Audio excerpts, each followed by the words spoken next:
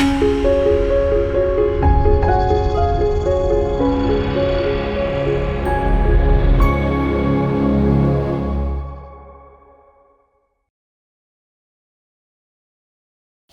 మాత్రం. నేను మీ journalist Navata. Welcome to our voice. Delimitation అంశం తెలంగాణ నేతల్లో ఆశలు చిగురిస్తున్నాయా?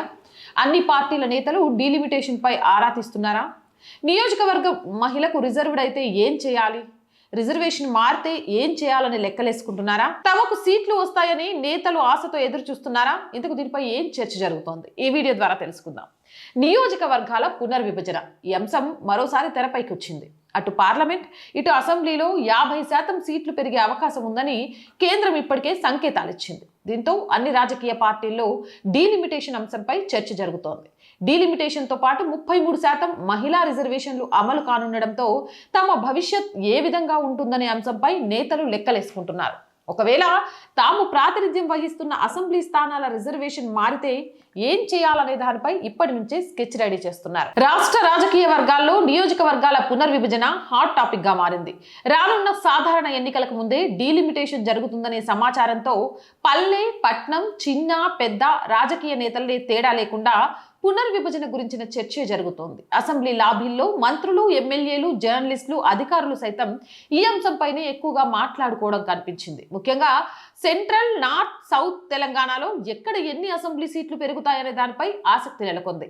తాజాగా కేంద్ర ప్రభుత్వం నుంచి వచ్చిన సమాచారం మేరకు డీలిమిటేషన్ లెక్కల ప్రకారం తెలంగాణలోని 119 అసెంబ్లీ స్థానాలు 179 కానున్నాయి. 17 లోక్సభ స్థానాలు 26 కానున్నాయి. ప్రస్తుతం ఎమ్మెల్యేగా ఉన్నవారు తాజా మాజీ ఎమ్మెల్యేలు ఉండడంతో కొత్త వారికి అవకాశం ఉండకపోయేది.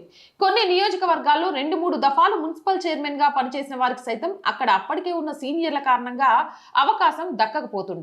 నియోజకవర్గాల డీలిమిటేషన్ ప్రక్రియకు సంబంధించి కేంద్రం నుంచి సానుకూల ప్రకటన రావడంతో ఆ తరహా నేతల్లో ఆశలు చిగురించాయి. తాము సైతం ఎమ్మెల్యేలుగా, ఎంపీలుగా పోటీ చేయాలని ఎప్పటి నుంచో ఎదురు చూస్తున్న రాజకీయ పార్టీల నేతలకు ఎన్నికల్లో పోటీ చేసే అవకాశం దక్కనుంది. అయితే తెలంగాణలో ఎక్కువ అసెంబ్లీ స్థానాలు మహిళలకు రిజర్వ్ కానున్నట్లు తెలుస్తోంది. దీంతో ప్రస్తుతం ఎమ్మెల్యేలుగా ఉన్నవారు తమ నియోజకవర్గాలు మహిళకు కేటాయిస్తే సతీమణులను కానీ, కుమార్తెలను కానీ రంగంలోకి దింపేందుకు ప్లాన్ చేస్తున్నారట. ఇక మల్లారెడ్డి, జగిత్యాల జీవన్ రెడ్డిలు తమ కోడళ్లను రానున్న ఎన్నికల్లో బరిలో దించాలని స్కెచ్ వేస్తున్నట్లు తెలుస్తోంది. తెలంగాణ అసెంబ్లీ స్థానాలు, లోక్సభ స్థానాలు డీలిమిటేషన్ అయితే ఎవరికి లాభం జరుగుతుందనే చర్చ సైతం రాజకీయ వర్గాల్లో సాగుతుంది. ఎవరికి నష్టం జరుగుతుందని ఆయా రాజకీయ పార్టీలు బేరీజు వేసుకుంటున్నాయి. ప్రస్తుతం రాష్ట్రంలో కాంగ్రెస్ పార్టీ అధికారంలో ఉంది. మరోవైపు BRS, BJP, CPM, CPI, Kavitha కొత్త పార్టీ, తీర్మాన్ మల్లన్న రాజ్యాధికార పార్టీతో పాటు BSP, All India Forward Bloc లాంటి పార్టీలున్నాయి. అసెంబ్లీ, లోక్సభ స్థానాల డీలిమిటేషన్ తో జరిగే తమకు ఛాన్స్ వస్తుందని కొత్త నేతలు ఆశతో విహరిస్తున్నారు. కాగా తాము ఎప్పటి నుంచో ప్రాతినిధ్యం వహిస్తున్న అసెంబ్లీ, లోక్సభ నియోజకవర్గాల పరిస్థితి ఏంటి అనే దానిపై సిట్టింగులు ఆందోళన చెందుతున్నారు.